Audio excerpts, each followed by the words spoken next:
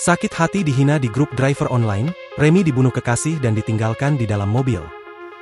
Misteri kematian seorang perempuan bernama Remy Yuliana Putri 36 tahun di dalam mobil yang diparkir di Jalan Kerta dalam Desa Sidakarya Kota Denpasar, Bali, kini terungkap.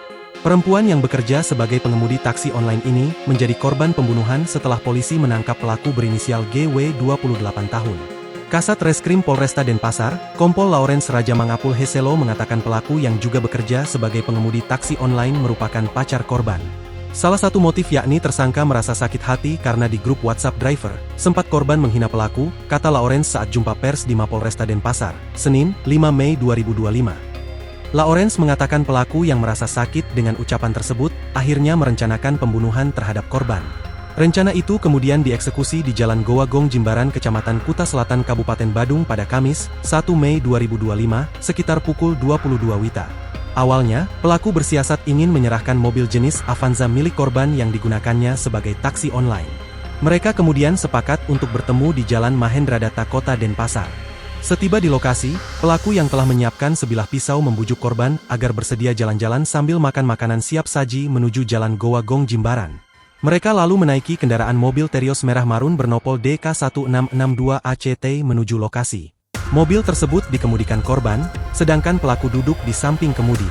Setelah tiba di Goa Gong Jimbaran, tersangka dan korban sempat cekcok yang memicu tersangka menjadi emosi. Tersangka mengambil pisau yang sudah disiapkan sebelumnya, katanya. Pisau itu lalu digunakan untuk melukai leher kiri korban.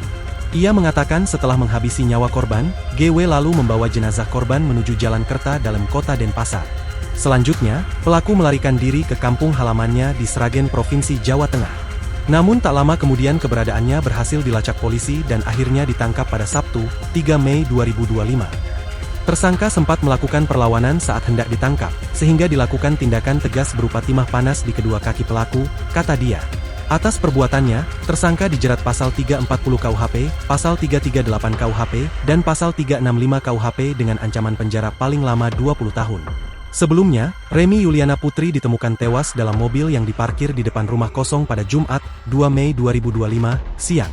Korban ditemukan tak bernyawa duduk di samping kursi kemudi dengan posisi tertunduk dan masih mengenakan pakaian.